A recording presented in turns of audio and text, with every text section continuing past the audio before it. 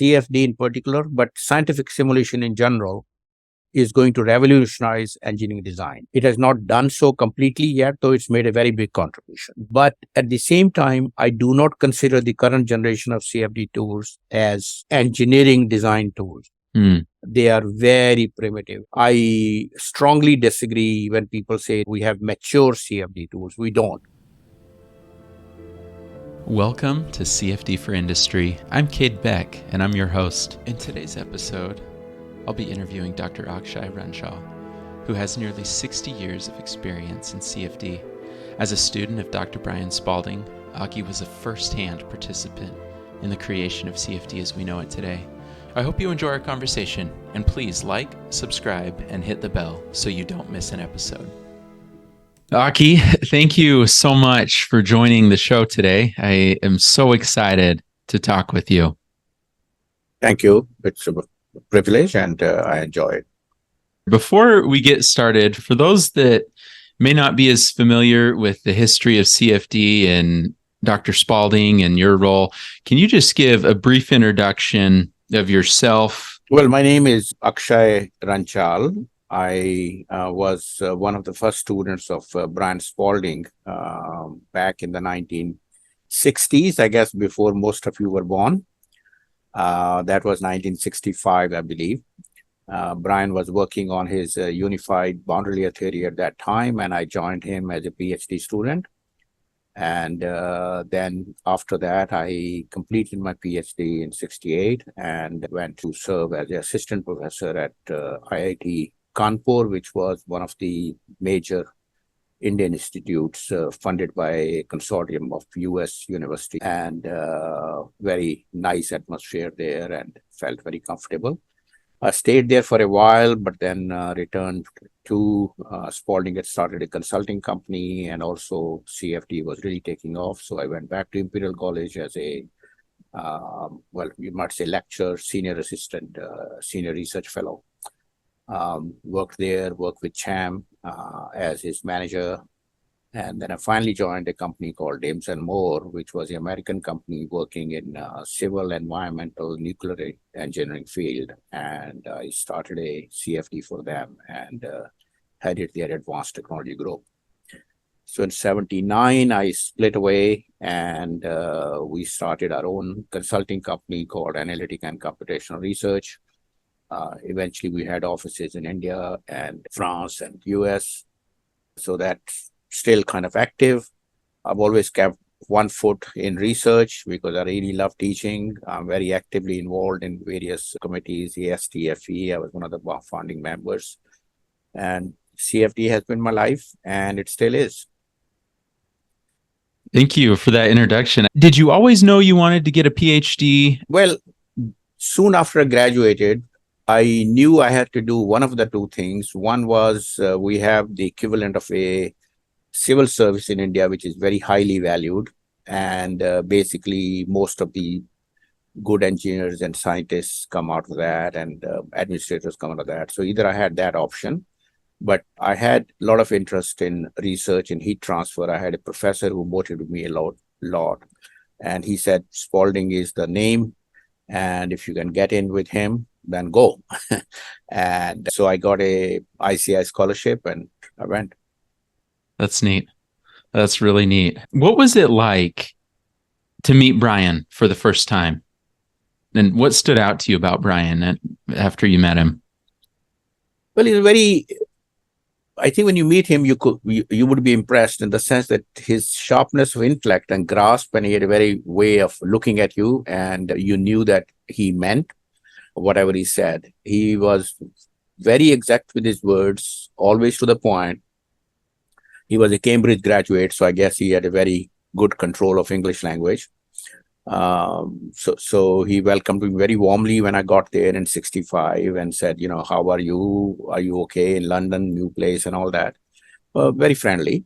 So he said, what do you want to do? I said, well, I would like to work on drying of paints, sprays, because that was a problem area. And I was sponsored by a company called ICI, Imperial Chemical Industry, which was the leading chemical industry in those days, comparable to DuPont in this country. And they used to fund a couple of scholarships a year to send students to UK from India. They had a special relation in Imperial College.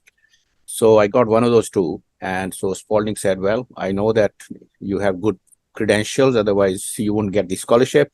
So I don't think we want to work on that specific topic, but the basic processes are heat and mass transfer. So he says, why don't we try and understand them? I'm very interested in expanding my boundary layer theory to things such as paint sprays. So let's try and, see. So he asked me what our background, asked me what I had done, what knowledge I had in heat transfer. And so I basically knew that he was making mental notes and, taking a measure of me, but I didn't feel that he was actually judging me. He was kind of doing it in a way that made it very friendly. And so then he said, okay, I think the best way to start is that I put you to do a literature survey on boundary layer methods. There are a lot of boundary layer methods, and I'm developing a unified boundary layer theory, and I want you to use that to do some more practical and extended problems. So boundary layer theory, as you would go back, if you go back, was the state of the art in 1965. The only way to get solutions from Navier-Stokes equations was about boundary layer methods. So I asked him, what should I do? What courses should I take? I don't know anything about boundary layer methods. He said, no, he gave me his report. He said, no need to take courses. Just start with it. And if you feel the need for courses, go ahead. So I think, just to give background to people who are who are new, these were the days when somebody like me could go directly from a bachelor's to a PhD, no master's, no courses, no nothing, no thesis committee. Those were the days when your guide was your God, especially in London. So it was very, how should I say, very different system. I think on the whole, because the professors only had 3 or 4 or 5 students generally, it resulted in very high quality research in those days. And you had personal guidance because of that. So I think it was a good system, but I can understand it won't work when you're producing hundreds of students in PhD like we do now. Yeah. It sounds like a really neat opportunity that you really, things have changed a lot for sure. Yeah. I mean, the number of PhDs I think now is perhaps, I don't know, 100-fold of what they used to be in those days. So you need a very different system. So you need And then to point out too, I mean, it's not like today where if you wanted to learn CFD, you could go take many courses and textbooks, and there's all kinds of things. So those materials weren't even prepared at that time. I think Roach's was one of the first books. Just very different. Yep. Yeah. No, I think the first book actually was our book, which came out 3 years before Roach's. It was called Heat and Mass Transfer and Recirculating Flows. Okay. And another book that came out at the same time was from Patankar and Spalding, and that was on boundary layer. Okay. Ours was on Navier-Stokes. That was on. Yeah. But what Roach did was gave the name CFD. Yes. And more than that, I think he had a good introduction to some of the other methods, whereas ours was more like a monologue. We were specifically covering the research we had done, whereas he had compounded the research from other people into it. Yeah. So it was a good compendium at that time. Yeah. So you had this really unique opportunity to work with Brian. What struck you about the way Brian approached problems? I know in a lot of the content that I've read from you, you make the comparison that Brian was an engineer. He wasn't a physicist per se, or a pure scientist. He was an engineer. So can you speak about that, about Brian's approach to problems and how that influenced you? Yeah, absolutely. I think there were 2 path-breaking people, as you well know. One, and I've talked about it before, one was Brian Spalding, other was Frank Harlow. Frank Harlow was a physicist. Brian was an engineer. Frank Harlow was working in a secluded lab at Los Alamos Manhattan Project and working on secret projects, but he was a real genius. I really have a lot of admiration for Frank Harlow. He did many of the pioneering things that became CFD. But I think the reason Brian is the one who commercialized, and most of the commercial code follow the Imperial College approach, or at least did till recently, was because of the fact that he was an engineer, Brian was interested in solving a problem and not in understanding the physics that Harlow was. And I think that showed the difference of the impact of the two. So Brian always thought that the physics that underlied a problem and not the mathematics was the core of the thing for an engineer. So this was very clear. I think I can give you many examples. One example was that he asked me to extend his boundary layer theory to separated flows, right? Now, at that time, we thought a separated flow, basically you come across, let's say, step in a pipe, right? And the flow comes from the narrow side of the pipe, smaller pipe, and expands into bigger pipe. The flow separates. It's kind of like a boundary layer. Then it comes and hits a wall and reattaches and then recirculates a little. So we thought we could just follow that boundary layer and go around and around and understand it. Now, so he said, let's do a problem which is really interesting, which is that of combustion in a backward facing step, combustion in a pipe step. Now, combustion, this is a very common arrangement to stabilize a frame, like in a ramjet or many of you'll find there's a bluff body that stabilizes a flame in an engine, whether it's an aircraft engine or a car engine or anything, you'll find there is something to which the flame attaches.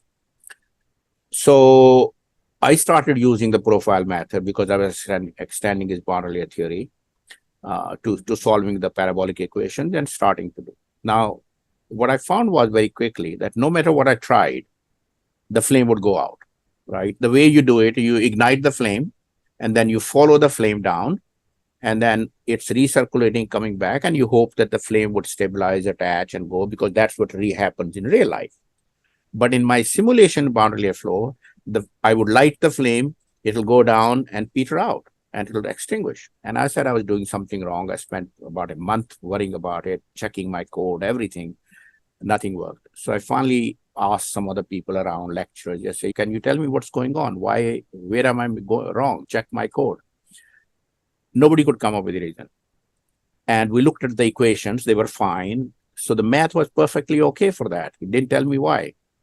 So I finally asked Brian, I said, I'm sorry, but I can't sustain the flame. And he checked that I was doing everything right. And then he started thinking about it. No math, no equation. He just went in like a meditation. And suddenly comes out with a big smile. He says, of course it must extinguish. And I was staggered the way of course it must extinguish. And I said, oh, why did you put me to work on it? He says, the parabolic flows have no axial diffusion. Our equations don't have an axial diffusion. Flame stabilizes because the heat from downstream goes up and heats the incoming flow. And that incoming flow acts like a spark. Like you light a spark, flame lights, but now you have the spark there, but the spark is gone out. So you need the heat there. So that heat comes from the downstream from the diffusion. Okay? And parabolic equations have no diffusion. So you have to use the full Navier-Stokes equations to stabilize the flame. But we didn't have a method to solve it with the full equations. Yeah. And similarly, another example to tell you in the same way is that of what is come to be known as the upwind differences. Mm-hmm. Basically, what upwind differences says is that for supersonic or high-speed flows, it's very important to consider a bias system where the influence comes from upper side, from upstream, rather than from the downstream. Central differences basically say you take the mean between the lower and the upper values. And that's not correct for high-speed flows. But Brian didn't come to it from mathematical reasoning. They were, Courant, Isaacson, Rees had done it already in the 1930s, I think 29. Mm-hmm. But we never, of course, being engineers, we never read mathematics papers.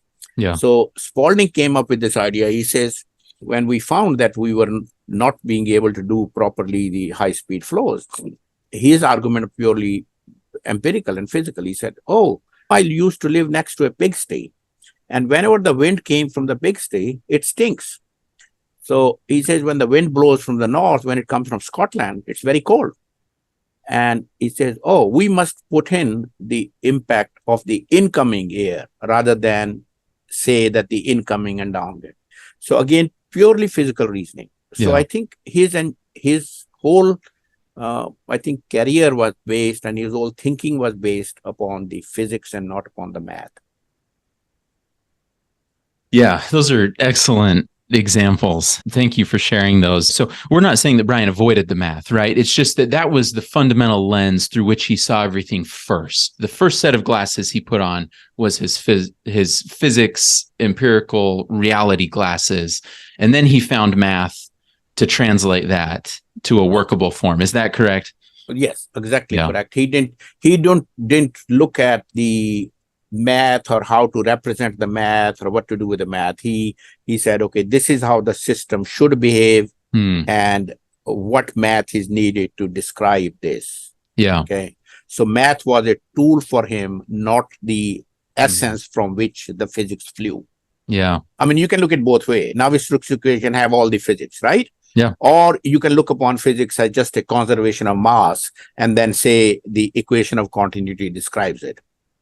So his way of looking at it was looking at the equation of continuity, saying, what are those terms telling me in real life? Rather than saying what du dx means in terms of finite differences or whatever. Yeah, I just don't want anyone to think that there's not plenty of math involved in CFD. So, absolutely. Yeah. You can't get. Yep. Can you describe the influence that your relationship with Brian had on your professional success? Many PhD students that I've talked with don't feel like they had a really good relationship with their professor and a good opportunity to be mentored. And so can you talk about Brian's influence on you as your mentor and how that influenced the rest of your career? Well, Brian kind of became to me, what I tell people is that I had a biological father. And Brian was my intellectual father in many ways. Okay, I learned many things from him. I was one of the 2 or 3 students at that time who could see him without appointment. We had a very close relationship. There was only a group of 3 of us who were working very closely with him. Myself, Batankar, and Mika Wolfstein. So we were very comfortable with him and, almost like friends. Of course, he was like, 10, 15 years older than us. So we were not friends in that sense, but it's almost the relation was very informal. Yeah. He was a excellent mentor and guide. I mean, he had a knack of picking out the essence of some problem. And we used to call them Spalding missives, where he would just come up with a little note and then you are trying to unfold all the intricacies of that. But his influence, I think, was beyond that. He was very particular that we presented our research in a very clear and concise manner, which I find is when I go to professional society, I find students struggling to present their ideas. They have 20 minutes and they come to the 19th minute and people don't understand what they're talking about and they are themselves in a flush. So he would always plan the minutest details of a presentation slide, uncluttered. He would say, if you can't read it without glasses from a distance of 3 feet, it's not a good slide. Okay. Few words, good grammar, clear, readable figure, neatly numbered. So he was very thorough that way. Okay. Very professional. I learned that from him. He was also very clear that you must express your ideas and understand what you're doing very clearly before you can express them. And you must express them in a very clear manner to talk to somebody else and tell them what you are actually doing rather than going into the details. He says you spent 3 years of research. You don't have the 3 years of time to explain to somebody what you're doing. He says you got 5 minutes.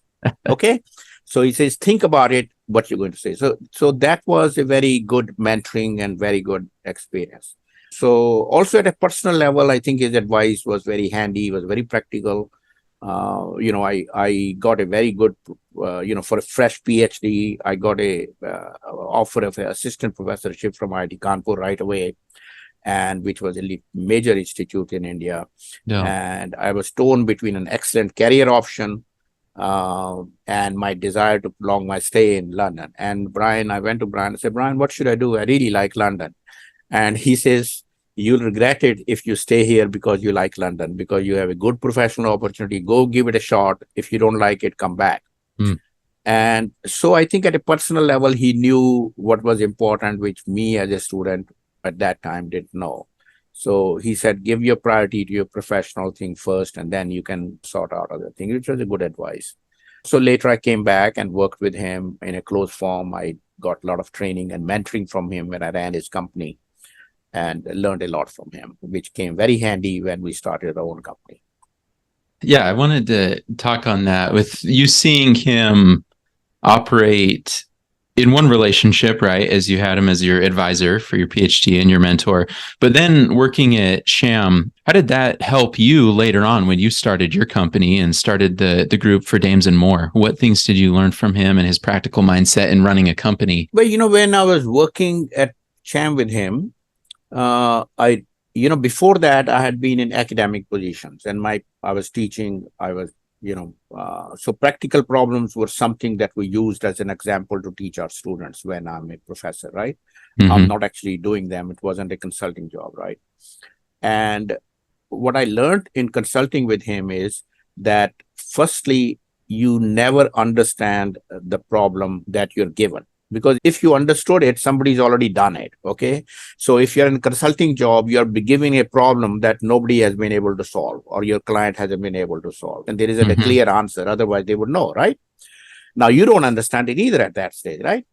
So I learned from him that when you are in consulting business, you have to put away your research hat and put on your consulting hat, because you don't have the time to do research now. You have to answer a specific question from the client who says, how do I design this intake so this thing doesn't happen, right?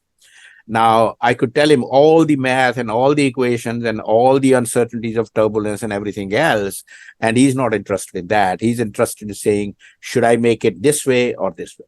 So I think this was very good experience for me to have one foot still in Imperial College as a lecturer and have this opportunity to run his company and learn about practical problems. So the title of this podcast is CFD for Industry, right? And I love making that distinction. I've gotten a little pushback from that on feeling like it divides the CFD community, but I don't see it that way at all. There's two ends of the spectrum, and it's a tool. Just as you said, CFD can be used as a tool to explore and discover more things in academia, but at the same end, it can be used as a tool to help someone make a decision. Just as you said, I have this problem and we need to know how we're going to build it. I think it's a symbiosis. If you didn't have the research side, you will not make progress with the consulting side. We'll still be flying the Second World War planes, right? On the other hand, if we didn't have the actual problems, we wouldn't make progress in research either. Yeah. I think one has to realize that these are, how should I say, the two sides of the same coin. Yes. There is the practical side, there is the theoretical side, and there is the edge that joins them. The consulting is the edge between the two. I have to look on both sides. I'm standing on the edge of a coin, and I can look on the research side to see what I can use to bring to my consulting one. So I think it's important to remember that if we do away with one part, both would die. Yeah, absolutely. It can be a difficult process for people to learn as well. My observation has been that some people can really struggle with when you have finite time and finite budget to deliver something, right? In school, you can pull an all-nighter and not lose profitability as a student, but you don't do too many of those in consulting and realize that it's not sustainable for a profitable company. Absolutely. Can you share an experience of learning from Brian about when something was good enough, right? I think there's that scientist in all of us, right? We like the research side of things and asking those questions, but at some point we've got to be done with the project and we've got to call it's good enough. Right. So can you share an experience about learning that from Brian or on your own? Sure. After we, for example, developed the finite volume method, and we had honed it for laminar flows, right? Basically, that's how it was initially developed, right? So Brian said, let's now move to the real flows because there aren't too many laminar flows that one engineer deals with, right? They're all turbulent, right? Yeah. Everybody was confounded how to approach turbulence, and I wasn't the only one. About the only option at that time in turbulence was Bruntle's boundary layer theory. Boundary layer theory had serious shortcomings for separated flows, as I mentioned, especially for things like step flow in pipes and cavity, the two problems I did. A lot of problems where separated flows exist, or high streamline curvature flows, separated flows, or flows with high or low pressure gradients, things of that nature. So I thought, okay, I have to do now the turbulent flow in a pipe. So I went to see a guy who was considered to be God in turbulence in the math department of Imperial College. So I said, hey, here is my problem. Solve the turbulent flow over a backward facing step in a pipe and make this and do some combustion with it and stabilize the flow. So he looked at my problem, he looked at me, he looked at problem, looked at me again seriously. He said, are you serious? He says, we've been trying to do turbulence for 200 years. And you're saying that in a 3-year PhD, your professor assigned you to do the problem of the flow of turbulence in this pipe. And he said, go back and talk to your professor and see if you can get a different problem so you can at least complete your PhD. Then come back and I'll give you some turbulence problem. I said, okay. So I went back to Brian and I said, hey, this is what I learned. Now, turbulence, there isn't any way other than the boundary layer one. So he laughed and he told me that his advice was correct, but I'm not going to give you a new problem. That is your problem. And he said, I am not asking you to solve the turbulence in a pipe. I'm asking you to design a pipe and find a solution so the flame in this pipe would be stable. Okay. He says, the problem is not solving for turbulence. Problem is to come up with a method that we can design this pipe and know what the heat transfer rates, shear stress rates, and stabilization rates are. So he says that the solution has to be good enough to design an engineering device that performs within the defined limits. So I learned for the first time the difference between a scientist and an engineer. A scientist is trying to understand the physics of the system. An engineer is trying to design a device that performs within a certain limits given its space and a budget.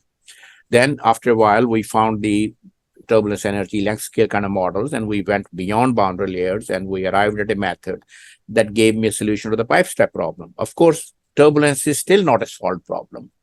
But if you tell me what is the heat transfer rate behind a pipe step, I can tell you that with a high level of confidence, not 100%, but maybe 95%. And that's good enough for me to design. So given the uncertainties and unknowns in our knowledge when it comes to CFD, we have to keep that in mind when we're dealing with practical problems and in consulting experience, that our job is to understand enough to deliver a product. Excellent example. Thank you for sharing that. What's your approach for solving a problem you haven't solved before in consulting? Okay, well, if you give me a problem, my first impulse is to try and understand what I know about it and what I don't know about it. Yeah. Okay. What I know about the problem is basically the empirical data that I have about that problem. Okay. There'll be some data. I mean, most problems would have some empirical data, which is for that problem or a similar problem. So my first attempt would be to try and understand that from there are handbooks which will give you a rough idea. There are papers in the literature that you can search and you can get an idea. So the first idea is see what data is available for that problem. And then we figure out what is missing that I need to find out to help with this consulting project. So the next thing I do after I have all the data and I realize what I have and what I don't have. So I have now two bins, one I don't have, one I have. Now I say, okay, let me try and understand the problem, putting on my engineer's hat. Now, what is amazing is that we don't teach that in schools anymore. We wish that you take the most complex problem in the world, most complex. I don't care what it is. Understanding the whole universe is part of that. You will find if you sit down, think about it, do a simple back of the envelope solution, you'll have a rough ballpark idea of what you're looking at, what the limits of the solution are, what the objective function limits are. Okay. Let's say you're given a completely strange kind of system in which all kind of thermal heat is being put in, being withdrawn and all that, right? And you have very complex geometry and you're told, let's get the temperature field out of that. Okay, there's flow going on, right? Yeah. Now, I can assure you with almost 95%, if not 99% certainty that with this envelope calculation, I can tell you what the minimum, maximum, and average temperatures will be, without doing any CFD, without doing anything. Because all you got to do is take all the heat transfer that is going in, all the heat that is going out, a rough idea of the system, rough idea of the capacity of the system, and you get an idea of what the minimum, maximum temperatures. You look at the shape of the system, you look at a pipe, how can the flow go? Well, the temperature, if it's going from left to right, the flow temperature from is also going to go from left to right? So you get a very rough idea of these things. So you know what is possible, you know what is not possible. I think you should do a computer simulation after you've done these two things. Only after you've done two things. Yeah. One, you know what is available, you know what is missing, you know what to expect. Okay. And only then you should do a computer solution. Otherwise, you may be asking for trouble. So what I tell people is that it's good to know your friends, but if you consider your problem your enemy because it's bothering you, then understand it first. What is its strengths and weaknesses? Yeah.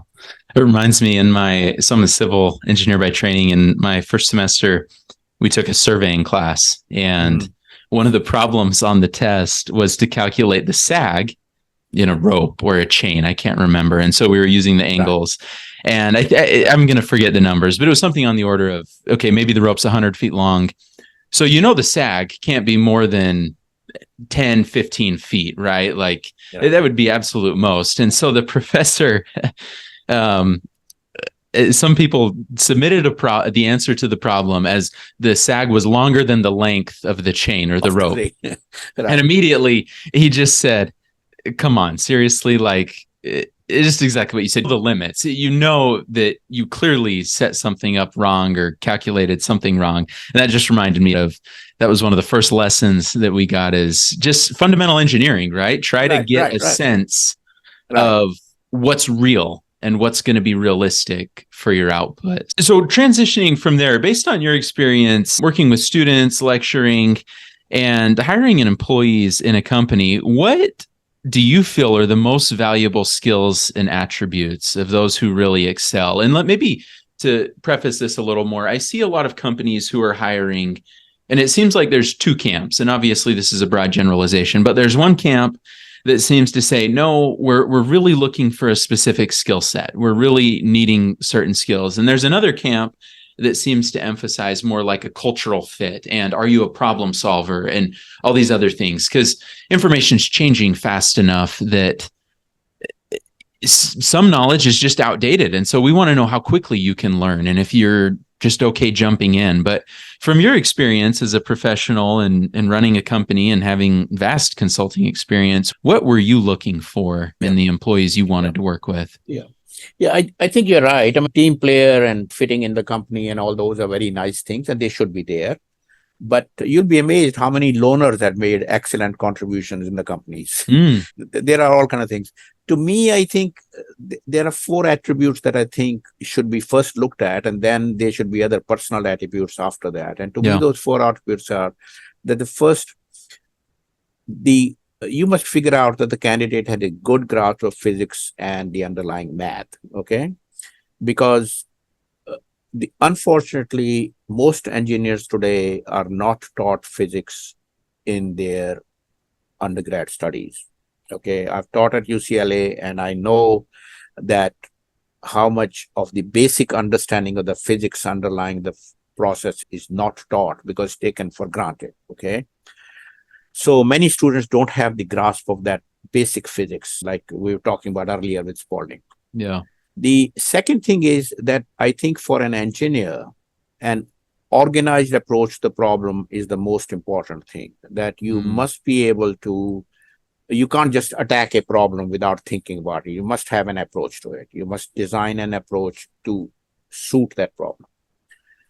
And I think then after that, what is very important is what you call creativity in normal terms. And I call the ability to think horizontally, okay, rather than vertically. Okay, A leads to B, B leads to C. But what if there's a D lurking on the side which can help? So I think it's very important to think horizontally rather than vertically, what I call the creativity in that manner. And that's very important, I think, for a good contribution to be made. But I think most of all is the clarity of the presentation, thoughts, and ideas. Now, other things, I think well known psychologically, good disposition, teamwork, and all that. But my feeling is that these four to me would be most important. Yeah. Honestly. So could I ask, how did you assess these things for CFD engineers?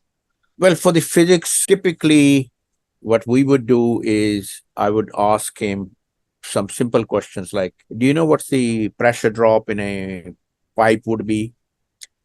A fully developed pipe, how should it go? It's amazing how many engineers don't know that there should be linear drop in pressure, independent of the size of the pipe. Okay. Yeah. Things of that nature. So I'll see something depending on what it is, or I'll pick up something and I say, well, what do you think? What kind of equation we should use to design this system which has some flow in it? Okay. Yeah. Here is my cup and I have a tea in it. It's steaming hot. Would you tell me what physics is going on here? That's important. If I stir it, what happens? Is there more loss from heat transfer than from mass transfer? So I think simple things that would give you an idea of whether the guy thinks that way. He doesn't necessarily have to know, but he has to know that, how to take the problem and set it up and extract it from the physical world. Yeah. For example, you take a steaming cup of coffee and ask one of your students, where do you think the heat loss is coming from? And I bet you more than 50% won't tell you that there's a lot of heat loss just from the steam that is going out. Because they think it's hot, they're thinking it's losing heat from the sides. The sides. Okay. They don't know, for example, that 1 gram of steam carries as much heat as 100 degrees change in the temperature on the other side. Yeah. Okay. Because there's the latent heat that is going out with it. So that would be simple kind of things like that as to what kind of problems there are. Yeah. So I think it depends on specifically what we want them to work on. Sure. And we'll typically have a problem that we're going to put them on. So we'll try to see how much they understand that problem, how they present it. One of the things you mentioned later on, and I know we'll get to it, but I really want to bring it earlier and talk about it here. But you talked that you never completely, even running a business, you never completely left R&D. You said most engineers are doers, not managers. And you never fully became a manager because you enjoyed doing. And so as students and people discover maybe some talents that they have and they've continued to work and advance those talents, what I'm trying to say is maybe that people shouldn't be as discouraged about their skill set. It just might not be deployed in the right spot. That they still have a unique value to contribute to a company, but it just might be the wrong role for them. And so did you ever have examples of that in your company where you saw, hey, these people are really good at XYZ, and we should have them do less of W and shift them more to X, Y, and Z? Did that ever happen for you? Yeah, no, absolutely. I think, as I tell people that everyone excels at something and everyone fails at something. And everyone has a story which is unique. Mm-hmm. There are people who are very good at presenting their thoughts. There are people who are very good at selling. There are people who are very good at just taking a problem and hacking it to, understand it fully, right? I mean, their approach would be.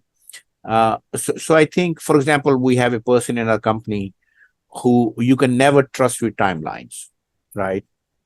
And you can't ever give him a project which is time bound, because he would promise, but he would never deliver. We know that, right? So we know his. But on the other hand, his strength is that he would delve into it, think about it, think of all the criticalities and all that. So we put up with it rather than firing him, saying, we just make sure that we don't give him time bound projects.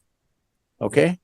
But he contributes in another way. Yeah. So I think it's important after a while you get to know a person when you work with them as to what their strengths and weaknesses are. Some are very good at sales, some are very good at doing, some are very good at managing. Yeah. And like in Dames and More, I know we had one guy who was really young guy.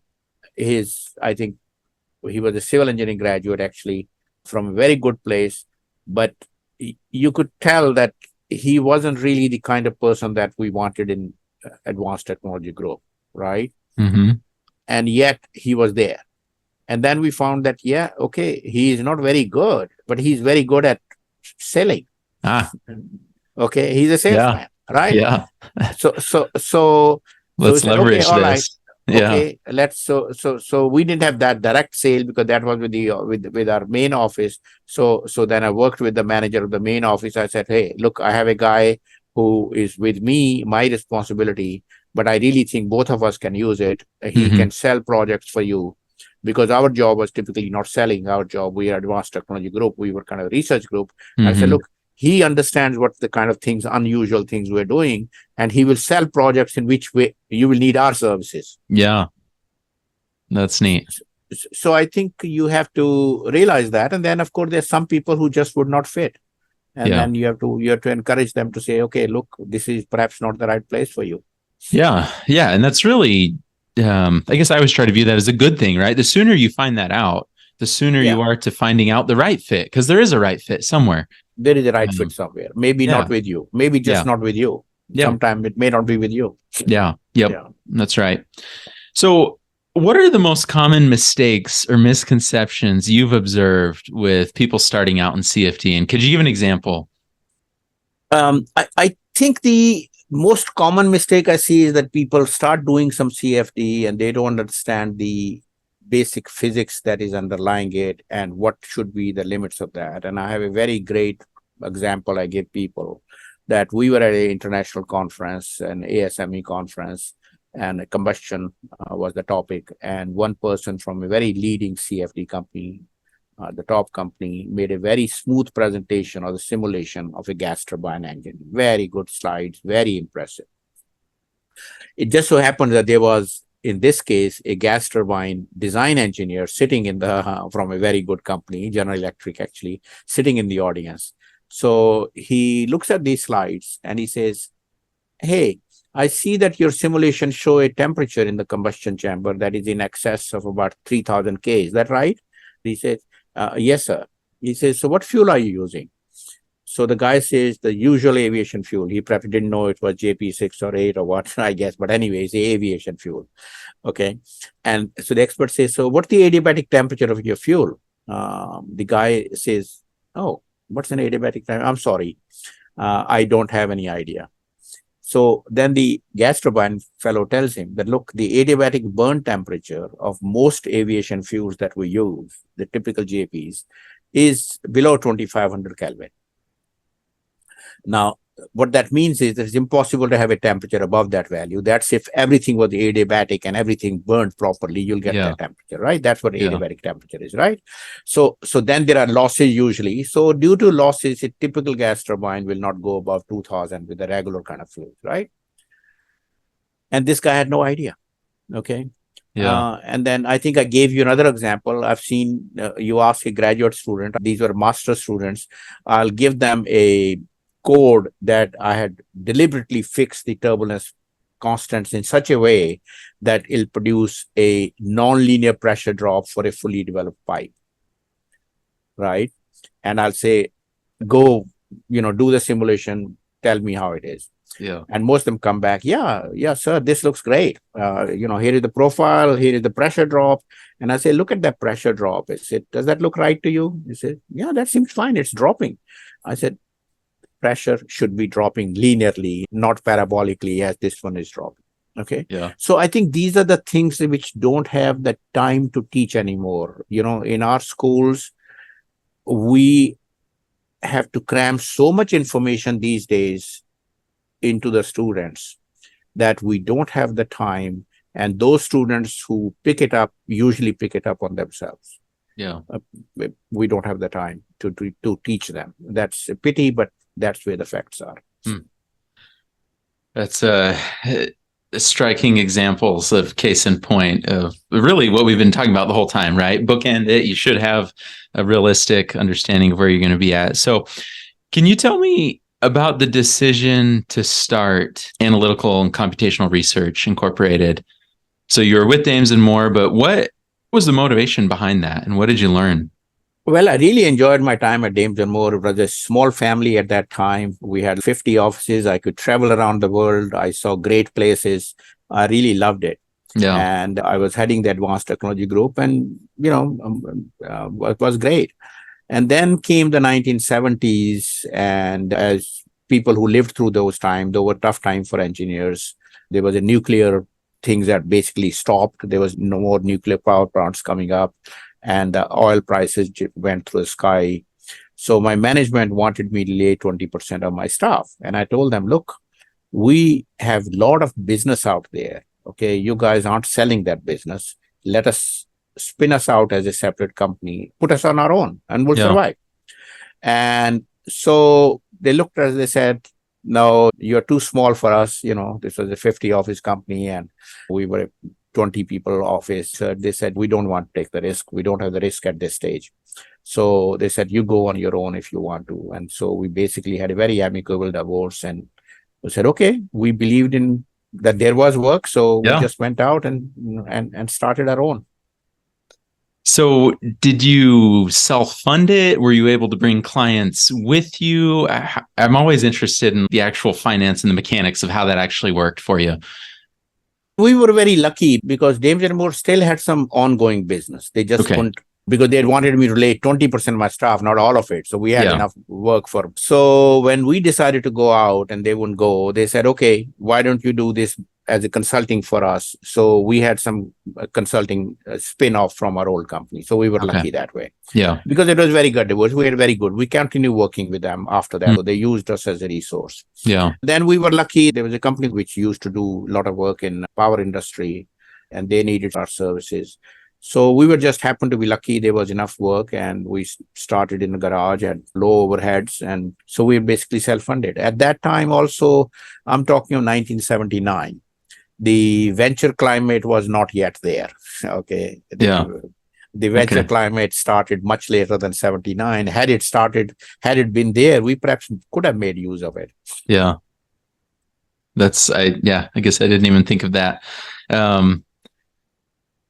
So can you share what you've learned, maybe some top lessons that you've learned? You've done a lot of consulting work, a lot of broad work, a lot of different domains. Can you share what you learned from those experiences? I think the first thing is you're convinced that you can do it, take the plunge like we did, right? We believed there was work out there. We believed we could do it. We decided to take the plunge. I think that's the opportunity. If you have it, do it, because you're going to regret it otherwise. And then the other thing is that you had to offer something unique to our customers. In those days, we were offering CFD services, which they weren't that many companies doing that. Yeah. So you have to do that. I think you have to have a good product, not a perfect one. And that's my advice to you, is that don't wait to perfect your product. But if you do that, you will lose. And I know we were personally victim of that. And because there's always evolution of supply and demand. One thing we didn't understand, and I do now, which is that when you are in consulting business, it's not research, it's sell, and sell. You don't have the market. Doesn't matter. You have a service you can provide. If you don't sell it, it doesn't matter how good a mousetrap is. People aren't going to knock on your door and get it from you. I mean, it may happen. You may be lucky, but usually it doesn't happen. Yeah. So you have to sell.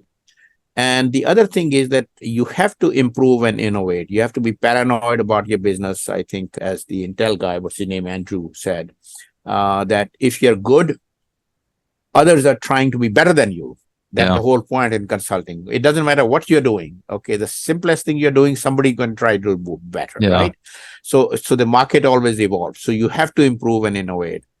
And one lesson that I learned after a French office is that if you have partners, where we did, you make sure there is a very clear exit clause.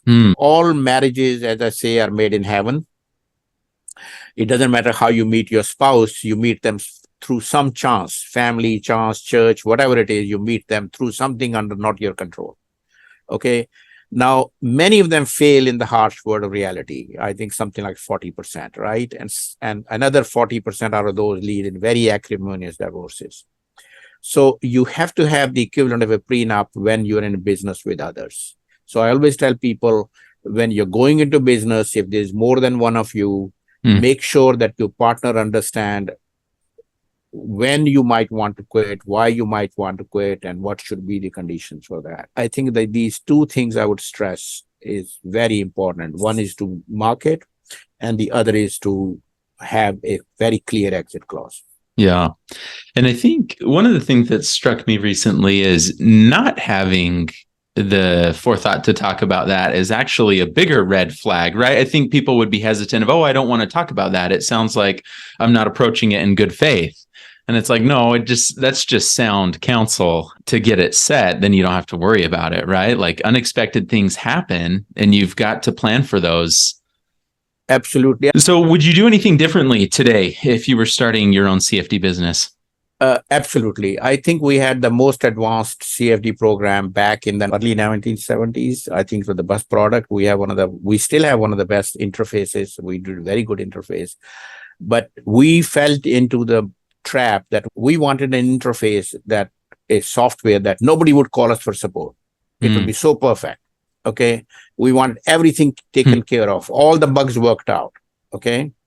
And I think because of that, we suffered, because people who marketed software full of bugs, and Apple, Microsoft, Fluent, I don't know how many times. I remember in good old days, people don't believe it, calling, and I'm lucky enough that I've talked to Bill Gates about the software bugs in their BASIC and in their Microsoft Fortran that we solved for them. We were one of their testing points, right? Okay. So Microsoft, give me any software today. It doesn't matter what it is. Phone software, what you call Windows 11. I believe I know, I can tell you there's a bug in it. Yeah. Okay. And I would say that make it good enough, go to market, let the users find out how to improve it. So let me back up a little bit. You really talked to Bill Gates about some of his bugs in his BASIC?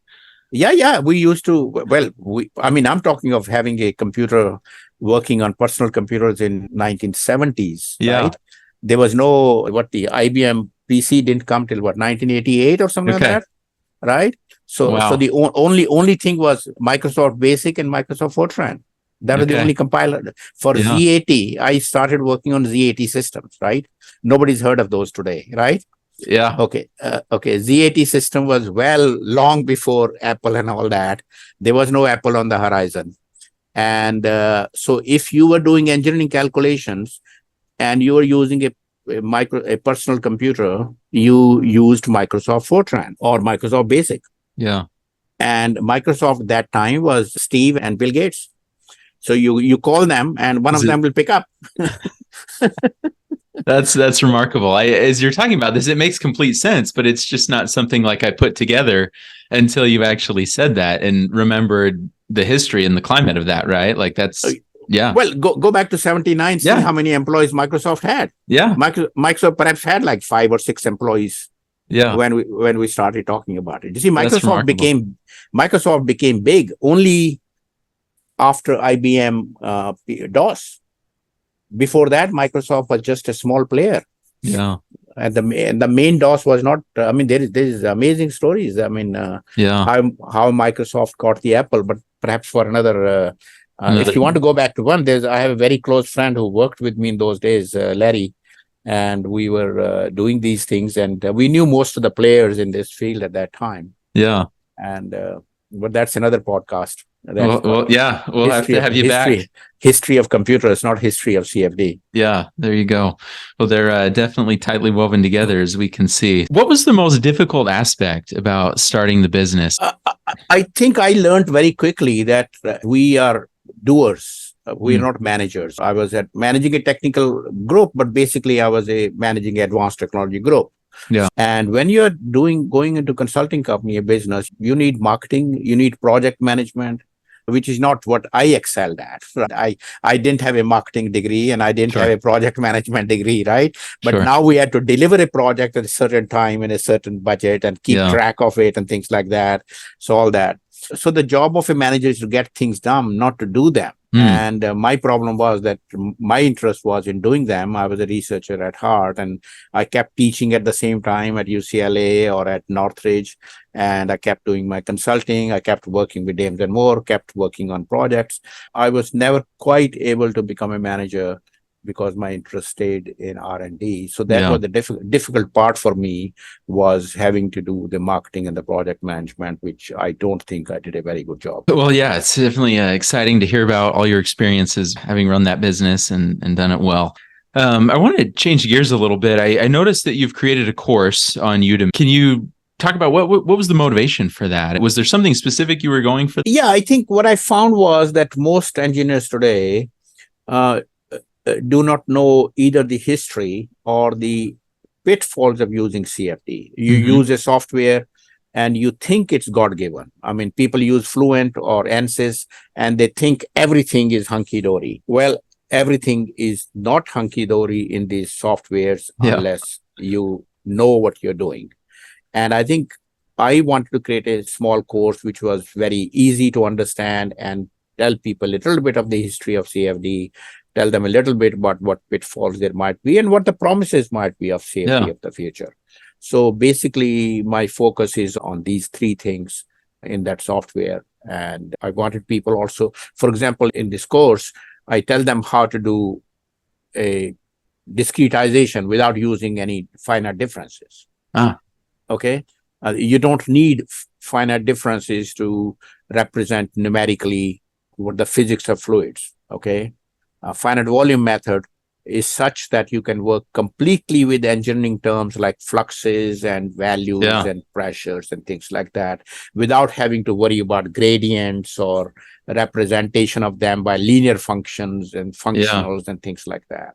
So I wanted people to bring out that there is a physics behind it, and math is very useful. It's the physics that defines how the fluid behaves. Math only represents what the behavior of the fluid is. Is there a link that we could provide in the show notes? So if someone who's interested can go and take that course? Okay. Yeah, I'll send you a link separately. I'll get that and we'll add that to the notes. I saw on your website that you'd done expert witness cases. Can you tell us about an expert witness case that you'd done and what that was like? Yeah, I think it's a very interesting case, other than the fact that I was being billed at $200 an hour because it was a legal case, which was very interesting. We had a client who was designing a nuclear power plant in a coastal area, and it was a cooling water system with an intake from a river and then the treated water at, with a little higher temperature and some cleaning chemicals discharged downstream. However, this particular river was an estuary. It was discharged in an estuary. That means that sometime the flow would reverse and come upstream, right? So the question was, would the hot water or the dirty water come back and get into the intake again? And also what the impact is. So this was a very interesting project and very complex one because it's a real life situation. So we decided to do upfront. And since, as I said, I always stress the physics of the thing, I said, hey, we don't understand enough. Let's go and do a field survey and do some experimental work. So we did some experimental work, which was basically we went in a boat, release some dye and see how that dye behaves in that under different conditions in that estuary. So then we could track it. So I was an expert witness to defend our conclusions. And so one of the things I learned is that when we came, and there was, of course, an expert from the other side, and CFD simulations are always viewed with skepticism, not just then, even today, right? I mean, they're all kind of uncertainties. You give me any CFD experts or any solution, and I can tell you the weaknesses in it, right? Okay. So in this particular case, because this was a riverine situation, a coastal situation, and I think you deal with water. So you know that diffusivity and dispersivity are very important in the influence of turbulence and mixing. And you also know that turbulence is so poorly understood for large water bodies, and because the impact of turbulence is both time and scale dependent.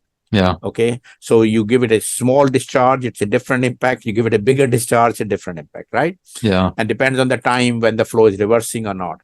So CFD simulations are also very sensitive to initial and boundary conditions. And of course, for any given river to determine initial boundary condition at a given time is impossible. It'd be a horrendous task.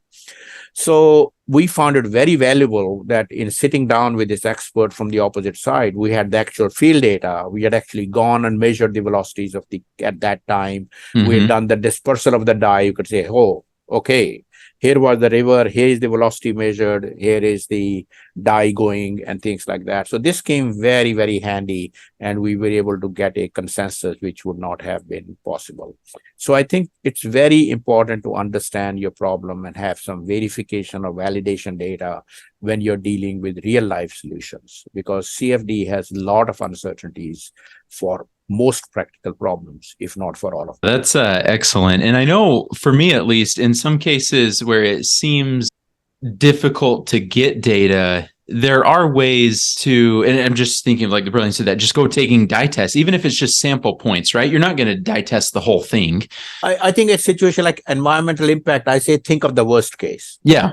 Do the worst case first. Yeah. Yeah. Okay. Go down when the river is really reversing. Yes. You have ebb tide, it's coming back up, and do it during that time. That's the worst time for intake. Mm-hmm. Yeah. So things like that. So you think of what is the worst case that can happen and think of that. Yeah. Yep. That's great. So what was the most difficult technical challenge, and what did you learn from it? I think perhaps the most difficult challenge for me as a fresh student, 19, was how to deal with turbulence in separated flow. There was no separated flow turbulence at that time. Okay. Yeah. None of these KF, K omega models existed. So my assigned problem was to do the heat transfer behind in a turbulent flow, in a flow behind a step. We're going to so-called the backward facing step problem, right? Yeah. So the interesting thing with this problem is that following, it's very interesting, is that the pipe flow expands at the step and then reattaches a little further down, usually 5, 6, 7 lengths downstream, right? Or step heights downstream. Okay. Now, from the experimental data, we know that where the flow reattaches, the shear stress is zero because the velocity gradient, some flow is coming up, some flow is going down. So that means there is a stagnation point there. Mm-hmm. So there is no gradient there, right? So the shear stress is zero at that point, right? But it's known from experimental data that heat transfer is maximum. Okay, which is amazing because the governing wisdom in 1960 was the Prandtl's boundary layer theory and the Reynolds analogy. These predicted together that there is a linear relation between heat transfer and mass transfer and shear. And this depends upon the Prandtl or Schmidt number, right? Mm-hmm. So if the heat transfer is low, mass transfer would be low. Shear stress would be low. If shear stress is high, heat transfer would be high. So that basically is a general wisdom, right? Yeah. Okay. And here I'm faced with a problem where shear stress is zero and heat transfer is maximum. And there's no theory that can explain that at that time. I'm talking 1960s. Yeah. So this was recognized from experimental data, but nobody knew what was going on. People had an idea, but nobody had an answer. So obviously, the simplest thing was that the turbulence model was inadequate. We knew that something was happening with turbulence there, which was unique. So there was no known way. So we started dealing with the work of Rota, Prandtl, Davidow, who had done a lot of theoretical work in turbulence going back to the 1940s. And it's luckily for us, Rota was still alive. Prandtl and Davidow had died, and he was still active. So we invited him to Imperial College to understand what he was doing and to explain his work. Yeah. And we could then understand that it is the turbulence kinetic energy that plays the important role. That is the cause of the maxima, because turbulence kinetic energy is maximum at that point. Mm. So therefore, I was then able to write an equation for the turbulence kinetic energy based upon Rota's work and combine it with the empirical equation of length scale rather than the Prandtl's length scale. And I actually was able to predict the heat transfer maxima that occurred at that point. It wasn't exactly the right value, but the phenomena we understood now that the heat transfer is maximum because turbulence energy is maximum and has nothing to do with the shear flow. So that was a very interesting challenge. And I think it was the first time that there was a theoretical solution to the problem of why there is a maximum. That's fantastic. That's really remarkable. Thanks for sharing that experience. That's really neat. There's a lot of hype about AI, machine learning. And to caveat this question, there's some work that I really like by Clayton Christensen. He was a Harvard business professor. He talked about a lens of the way to view problems is looking at it from defining the problem. What's the job to be done? So if we're to look at CFD for the engineer, it's predicting maybe how well something's going to mix or if we can separate things. And then to use that framework to look at what tool is best suited for the job. And so putting those glasses on with machine learning, I guess what I see is there's just so much hype about it that people are like bypassing learning fundamental physics. And there's cases where machine learning, I'm sure, will evolve and be an excellent option for many problems. Do you think that engineers have a tendency to over fixate on maybe a certain tool, right? We're a CFD engineer, so everything looks like a CFD problem. Or do you think that engineers are better off just really understanding the fundamentals thoroughly? Okay. I think let's take the second part of your question first. That's about the fixation. I guess we'll come back to the machine learning part later. Sure. I would say that there are engineers, and let's not put them all into the same basket. I've seen cases when there was an overfixation on a tool or overfixation with something related to the problem. For example, there was one case we were working with a jet engine designer who was trying to get into jet engines. So they run into some issues in the design but did not have extensive capabilities for testing it, right? Yeah. And their design team, and this is back again in the early 70s and 80s when there was a lot of hype about CFD, and like there is about machine learning now.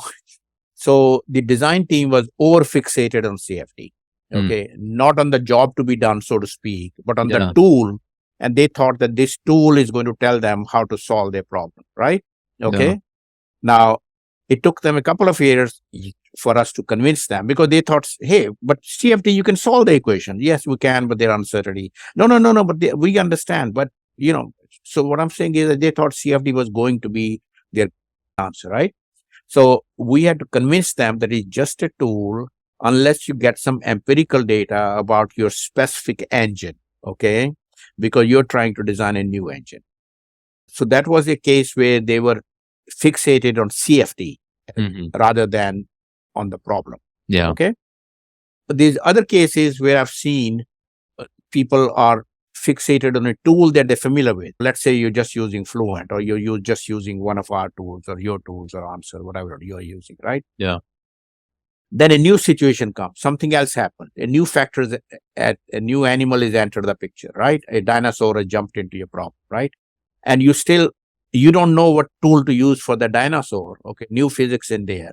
So you try to use the same tool. Okay. It happens a lot that that engineers should look at the problem and then select the tool they know. But you have a tool you're familiar with, right? Yeah. I have this hammer. Why can't I use it to drive a nail as well as a pile? It'll take a little longer, right? I tell people that there are hammers that drive a nail in the wall, and there are ones that drive a 40-foot pile into the ground. They're both hammers, and there are hammers in between. Now, what kind of nail are you driving? Is it a 1/2-inch nail? Is it a 5-inch nail? You need to select the right tool that does the right job. There are many ways to fix a tool, drive a pile. A good engineer is one who does not get fixated in saying, I've got this hammer, I'm going to use it. Yeah. Okay.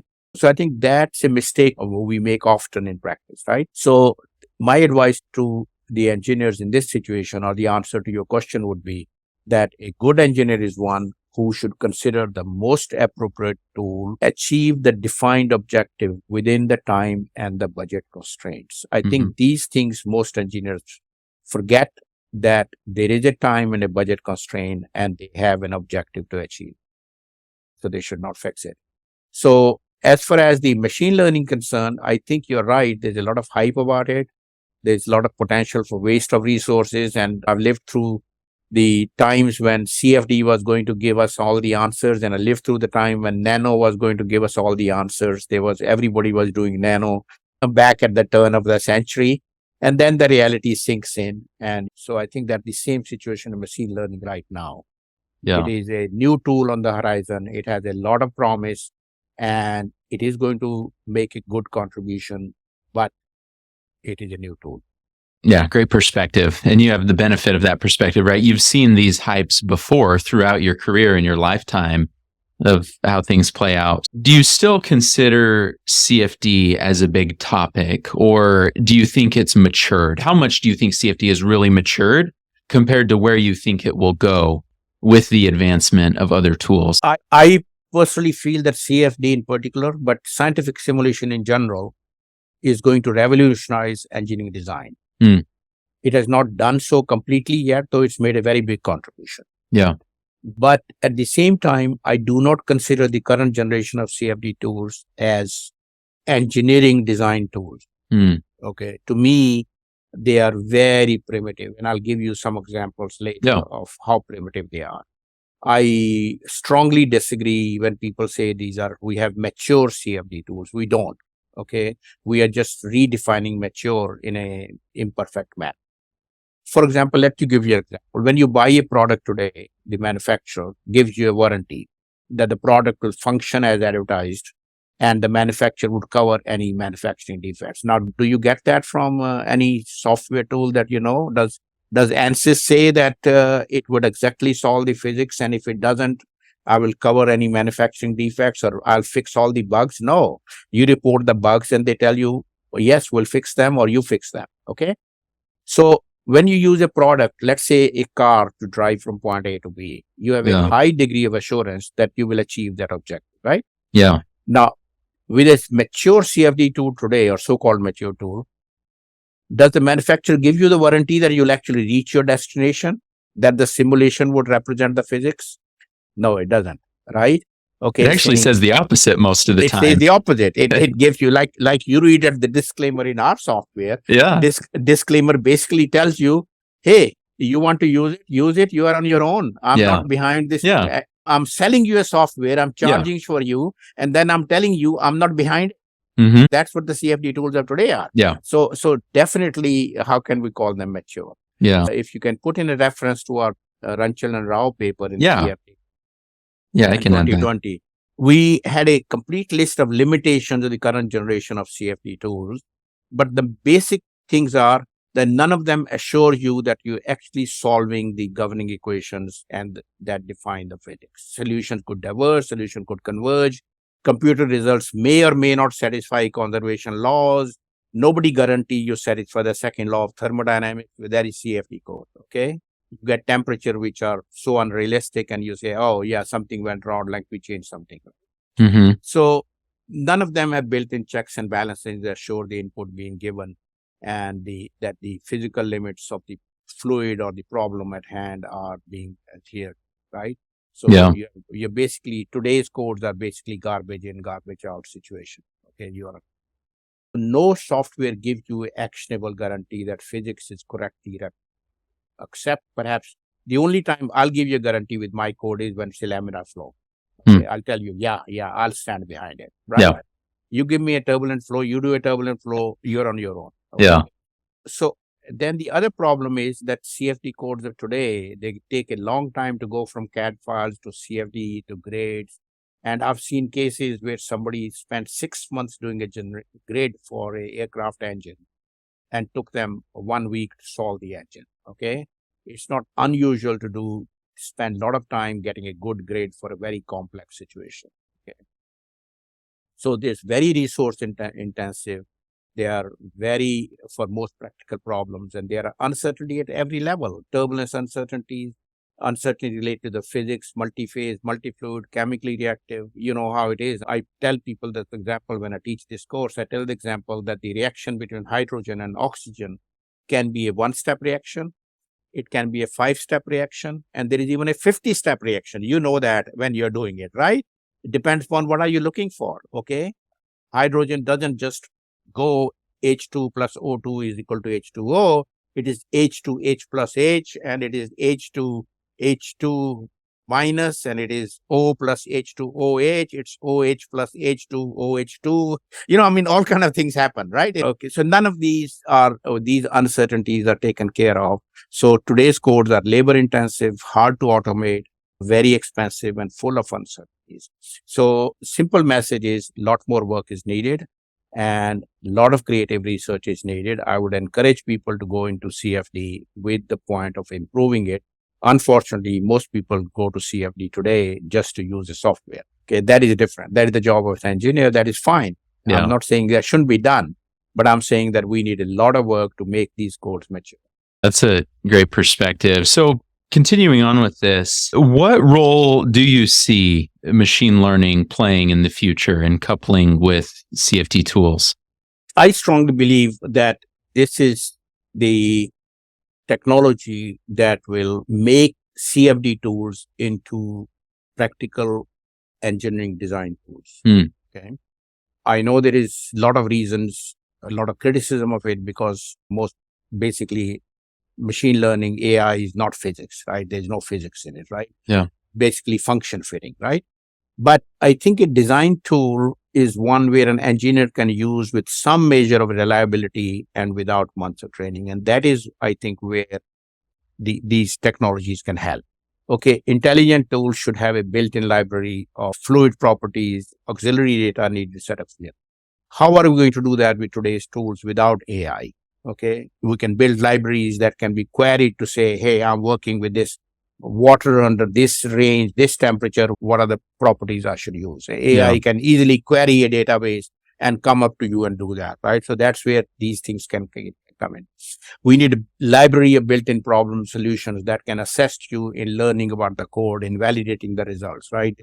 Many problems, you already designed 5 aircraft engines. This is the 6th one with slightly different thrust, right? Yeah.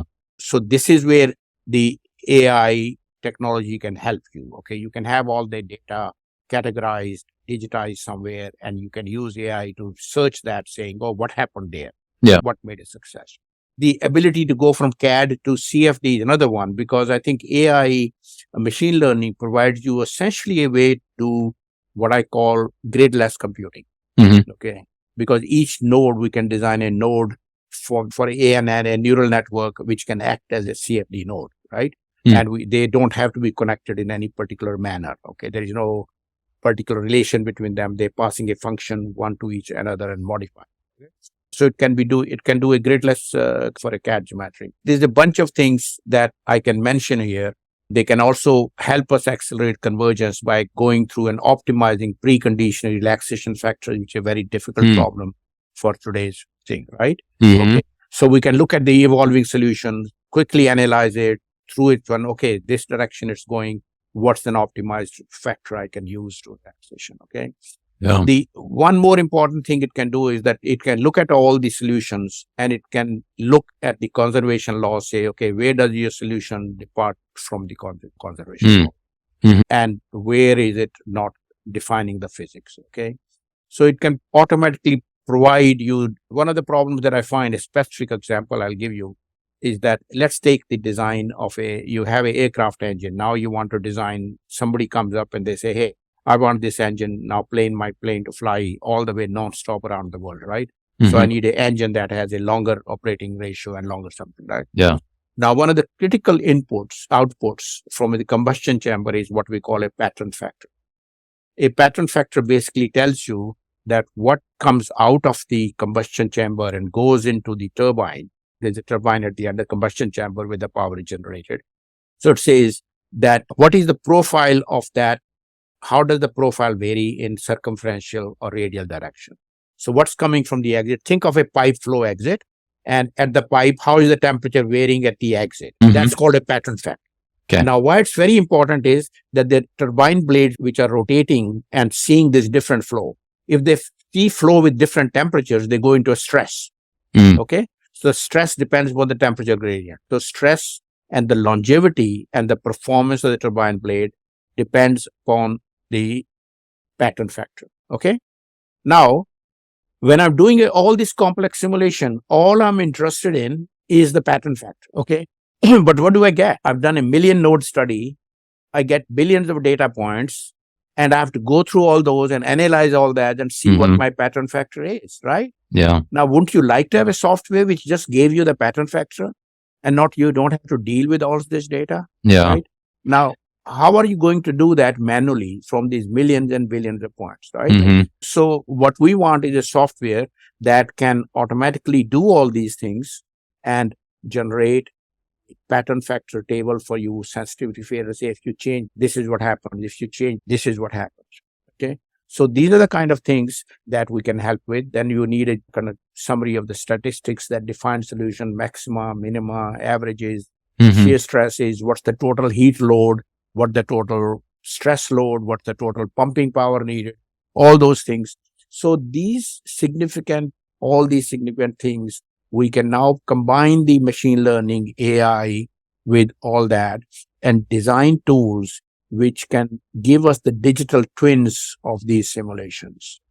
I can do hundreds of simulations in isolation and then design a digital twin, and that would give me the answer I need much more easily, maybe not with 100% accuracy like a CFD solution, but as I say, go back to the factor that the design of a job of an engineer is to design within a certain constraint. Right? Yeah. I don't need to understand. I need to design, and I need to design in a budget and time. Yeah. So let's take a critical event, for example. I'm telling you another one. Let's say there's a hurricane or a tsunami or an accidental release of nuclear material one day, right? Yeah. It hasn't happened, right? Tsunamis, hurricanes, they happen, accidental release, it happened. But we don't know when they would happen, under what situation they would happen. Now, if one of these happens, we need to evacuate people, right? Yeah. How do we do that in time? Because I can't be, when it happens, I can't be monitoring the tsunami and at the same time simulating it, at the same time predicting and telling the disasters and services, hey, move from New Orleans to Florida direction or move in this direction. Okay. I don't have the time for that, right? So with machine learning, what I can do is I can study all these tsunamis and hurricanes or accidental releases, theoretical scenarios. I can study 1,000 scenarios of tsunamis, and I can say, if this happens, this will happen. If this happens, this is the action. And I can build a database. So I have a digital model, a digital twin of a tsunami, and then I can use that.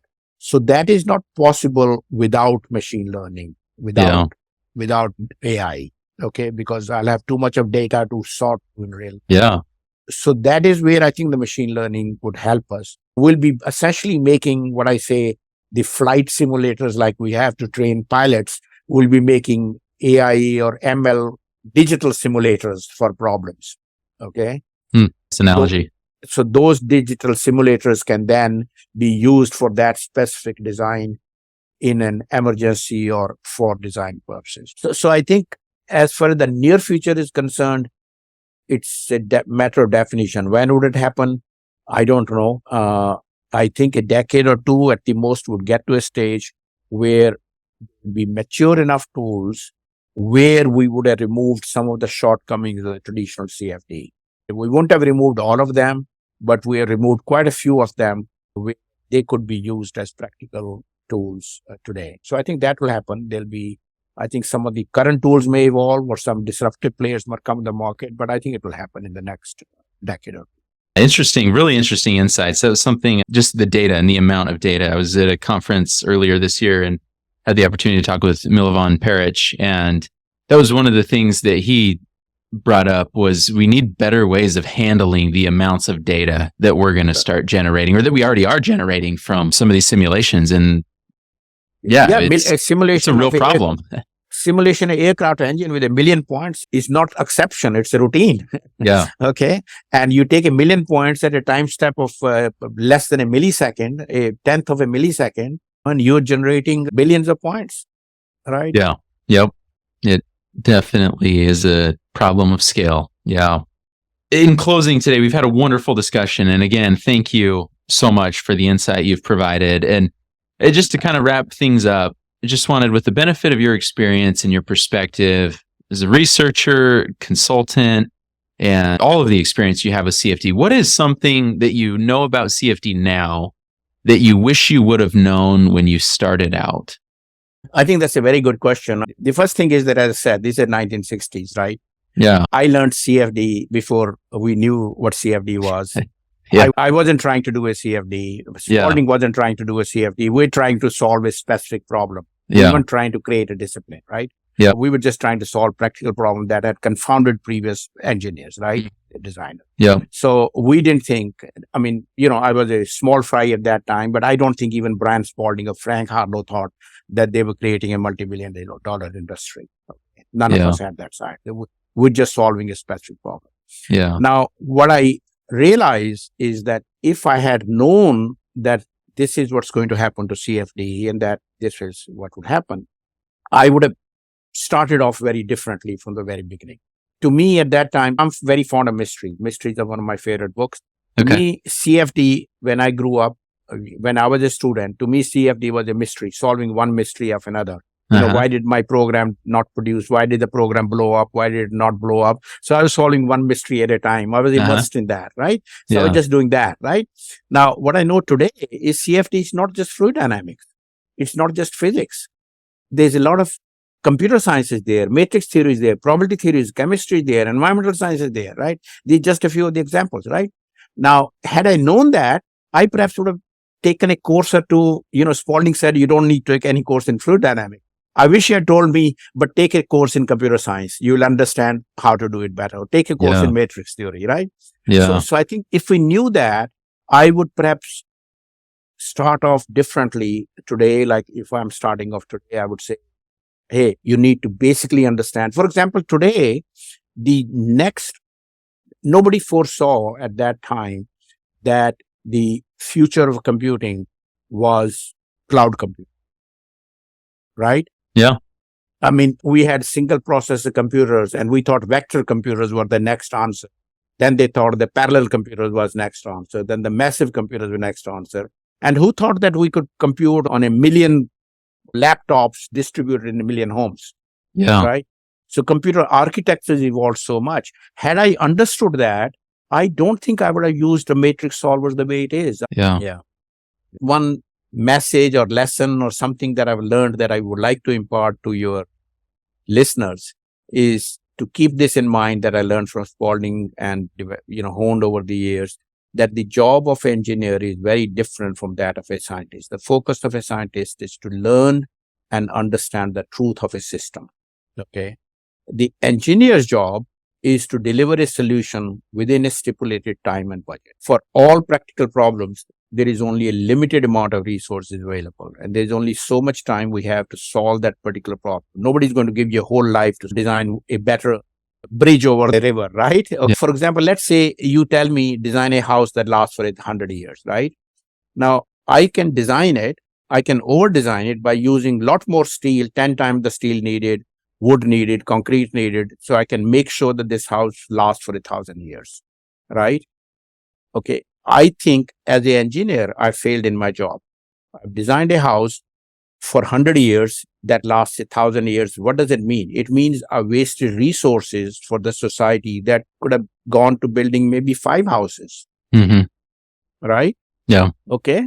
Now, if my job was to design a monument for the future generation that lasts 1,000 years, that's different. But I was told to design a house. Yeah. Okay. So I think an engineer must be grounded in reality and use the available resources to come up with the best design that works within the time and resource constraint. It should be good enough for all practical purposes. No more. Yeah. And no less. Yeah. It's definitely, as you said, it's an art. And to hone that over a period of a career is the objective, right? To make it practical and realistic. Well, thank you again, Aki. I really, really have enjoyed our discussion today. Really grateful you're willing to talk with me on the show. Okay, so thanks a lot. Yep, Thank you. Thank you very much. It's a pleasure talking to you. I really appreciate it. Thank you for listening. Really, thank you. Please let me know in the comments what you liked about this episode and what you'd like to see in future episodes. See you next time.